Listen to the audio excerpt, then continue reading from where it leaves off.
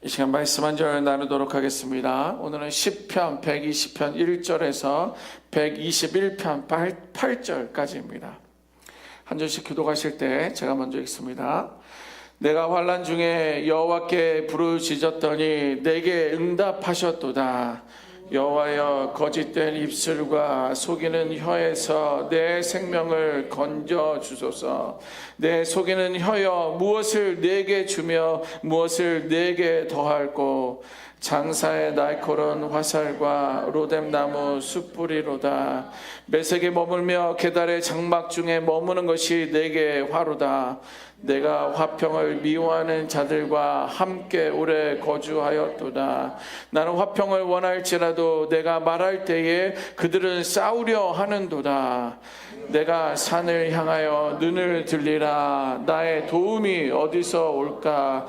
나의 도움은 천지를 지으신 여호와에게서로다. 여호와께서 너를 실족하지 아니하게 하시며 너를 지키시는 이가 졸지 아니하시리로다. 이스라엘을 지키시는 이는 졸지도 아니하시고 주무시지도 아니하시리로다. 여호와는 너를 지키시는 이시라. 여호와께서 내 오른쪽에서 내 그늘이 되시도다.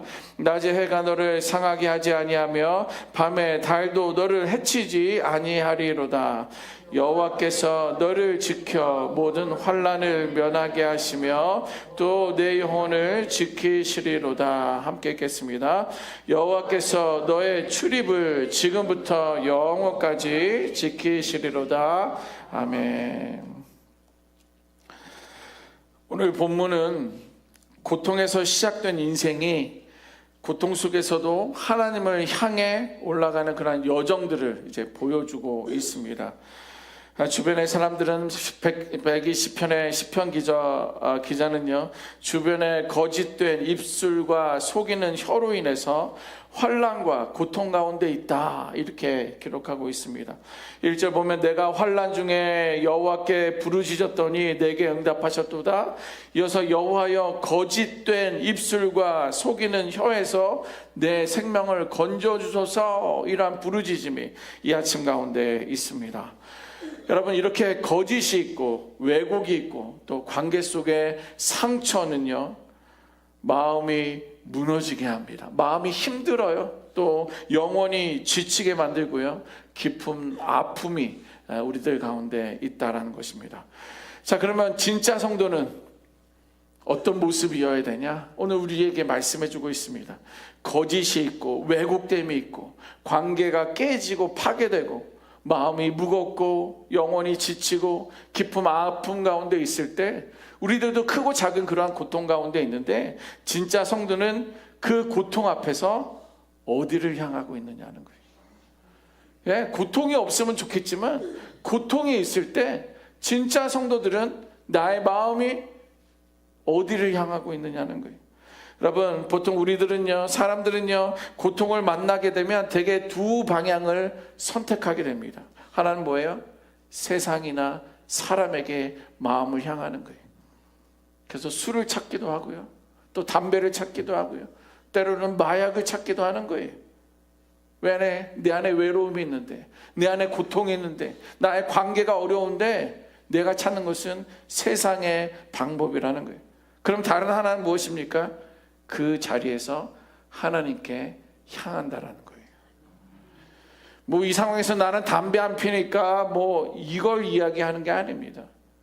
고통 가운데 있을 때 우리는, 진짜 성도는 내 그 자리에서 하나님을 향하는 길을 선택해야 한다는 거예요.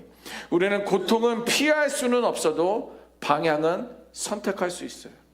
그렇죠? 내가 세상을 찾을 거냐, 내가 부모를 의지할 거냐, 내가 친구를 찾아갈 거냐, 세상의 방법을 찾아갈 거냐, 아니면 하나님 앞에 나아갈 거냐. 고통은 우리는 외면하고 피할 수는 없지만 우리는 방향은 선택할 수 있다라는 거예요. 사울의 경우를 보십시오. 그런 위기가 있었습니다. 누구는 천천히고 누구는 만만이다. 이 만만이 내가 되어야 되는데 다윗에게 온 국민의 관심이 다 쏠리고 있는 거예요. 그를 영화롭게 하고 그를 찬양하는 거예요. 그러한 위기 속에서 사람과 방법을 찾다가 결국 그 집안은 무너지는 거예요. 그러나 다윗은 어떻습니까? 똑같은 상황이, 똑같은 위기입니다. 오히려 다윗은 더 어려운 가운데 있어요. 사울 왕이 죽이려 달려들고 있으니까. 그러나 위기 속에서도 다윗은 여호와께 부르짖었다라고 성경은 말해주고 있어요. 히스기야 왕의 경우는 어떻습니까? 그는요, 성전에 올라가 자기 앞에, 하나님 앞에 펼쳐놓고 기도하는 그런 모습들을 보게 된 거예요. 나를 위협하는 적군이 나를 죽이려 할 때 이 우리나라를 멸망시키겠다는 그런 편지를 들고 그는 하나님 앞에 펼쳐놓고 기도하였다라고 열왕기 하에 기록하고 있습니다. 이것이 바로 기도의 본질입니다. 오늘 아침에도 여러분들은 기도하러 왔잖아요. 기도의 본질이 무엇입니까? 상황을 스스로 바꾸지 아니하고 방향을 하나님께로 돌리는 것, 이것이 기도의 본질이에요. 이 정도는 내가 할 수 있어. 문제를 내가 해결하려는 것, 이거는 기도의 본질에서 벗어나는 거예요. 왜? 이 정도는 내가 할 수 있어 라는 나 중심, 자아 중심이 있기 때문이라는 거예요. 그러나 기도의 본질은요, 현실 한가운데서도 하나님을 바라보는 그러한 전환이 있어야 한다는 거예요. 그래서 오늘 시편 기자도요, 여호와께 부르짖었더니 라며 하나님을 선택하고 기도합니다. 주변 사람들이 나를 모함하고 나를 시험에 빠지게 하고 나의 관계가 파괴되고 있을 때 그런 선택을 사람의 방법이 아니라 하나님께 나아갑니다. 여러분, 기도는요, 문제가 시작되는 그 순간부터 붙들어야 할 첫 번째 길입니다.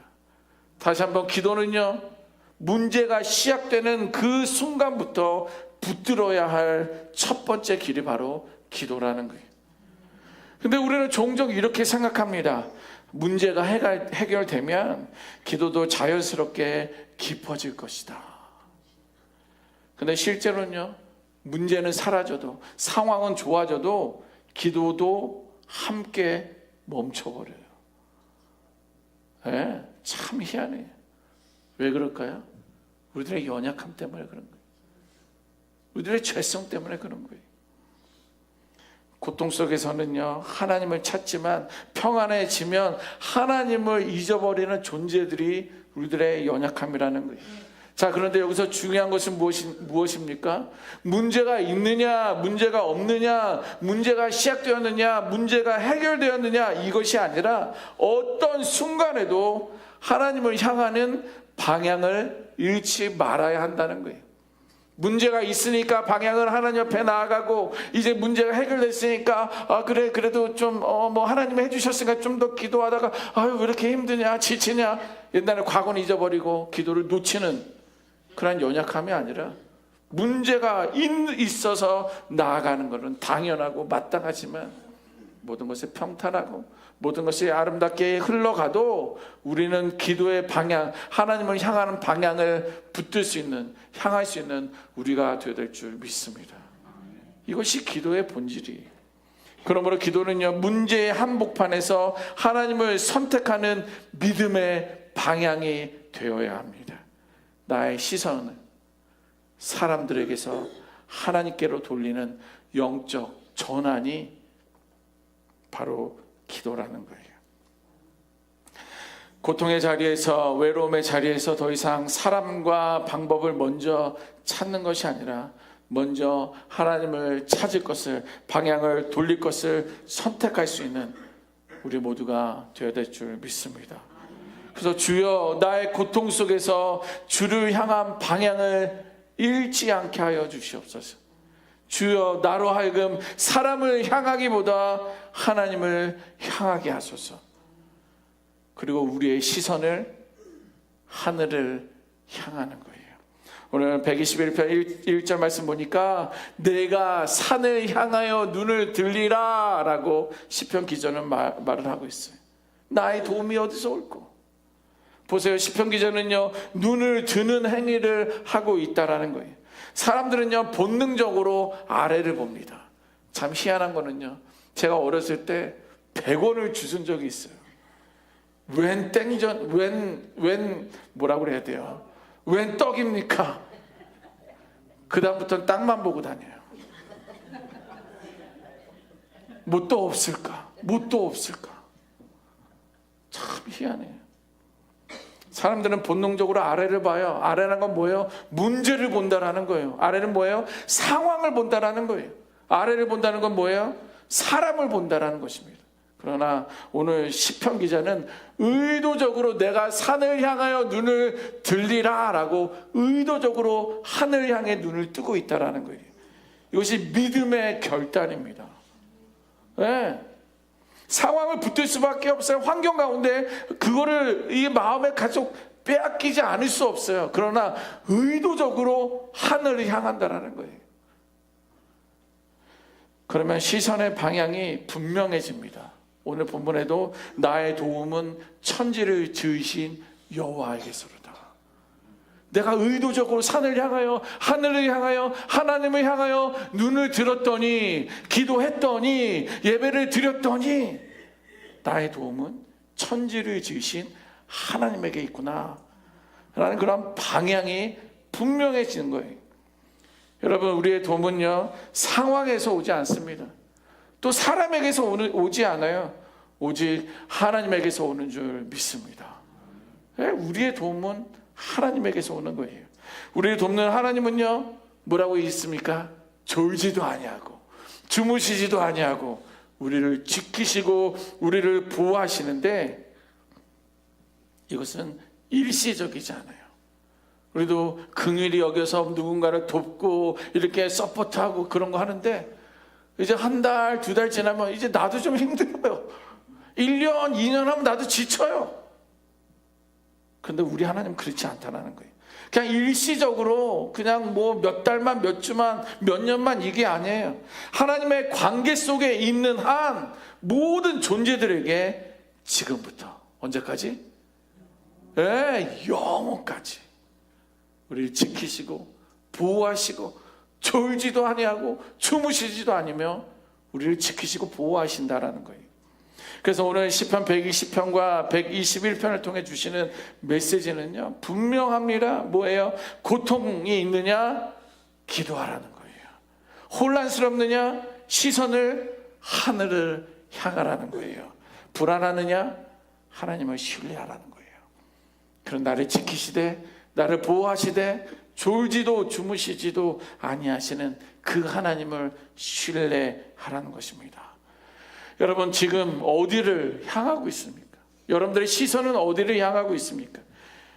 그 시선이 여러분들의 삶을, 여러분들의 자녀의 인생을 결정짓는다는 거예요.